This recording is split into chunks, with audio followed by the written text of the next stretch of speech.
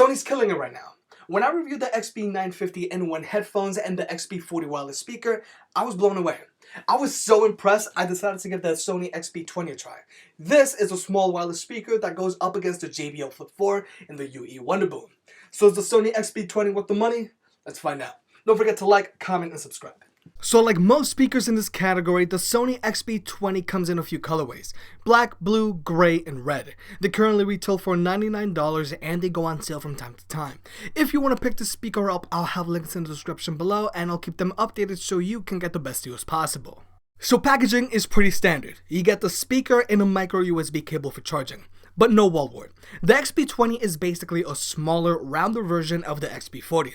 There's soft touch material all around the body, the front grille is made out of metal, and there's the same buttons on the top of the device just like the XB40.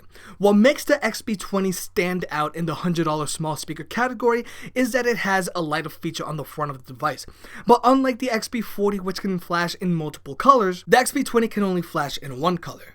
Personally, I don't mind it, and if you want to turn off the lights and save some battery life, you just have to press and hold the extra bass button on the top. But the light up feature makes the XB20 look great in your bedroom when you're listening to music. And on the back of the device, you'll find that micro USB port for charging and an aux jack. Concerning specs, Sony advertises the XB20 as having a 12-hour battery life. But realistically, with the light feature turned on, the music set at 70%, the extra bass feature turned on, we're looking at a battery life of around 9 hours. It's not the best, but it's okay. The Sony XB20 is also using Bluetooth 4.2, so it can be paired to 3 devices at the same time.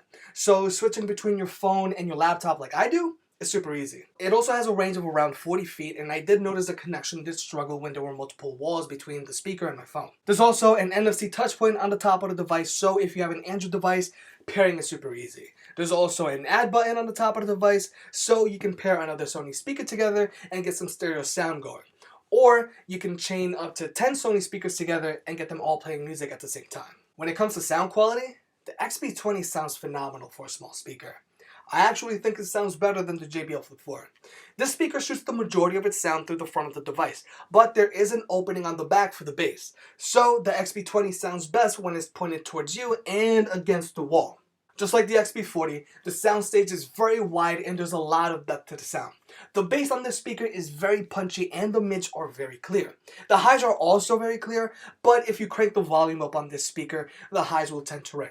But that's normal for a speaker of this size. Just like other small speakers in this category, the XB20 has no problem getting a little wet. But unlike the JBL Flip 4 or the UE Wonder Boom, which are IPX7 certified, the XB20 is only IPX5 certified, which means the XB20 is splash resistant, but you might have a problem if you submerge it underwater.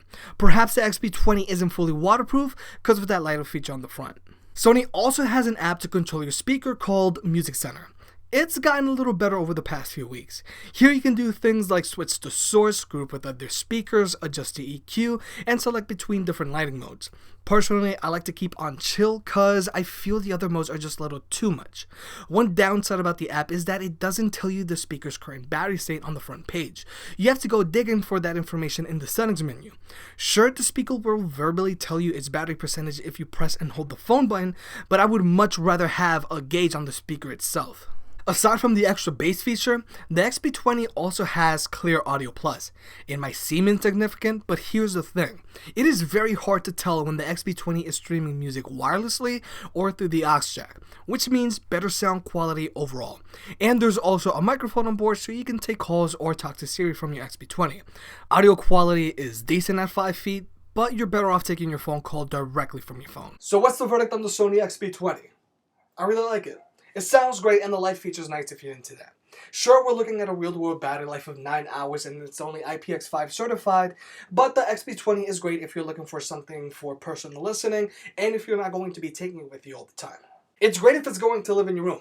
It has no problem filling a small room, but it does struggle when it's outdoors. But all small speakers do. I think I like the XB20 more than the JBL Flip 4, but we're gonna have to see after the versus video. Hey, if you enjoyed the video, please like and subscribe. It helps out more than you realize. For more product reviews and deal alerts, check out jimcaddy.net. If you want to support the channel, pick up a shirt. And I'll catch you next time.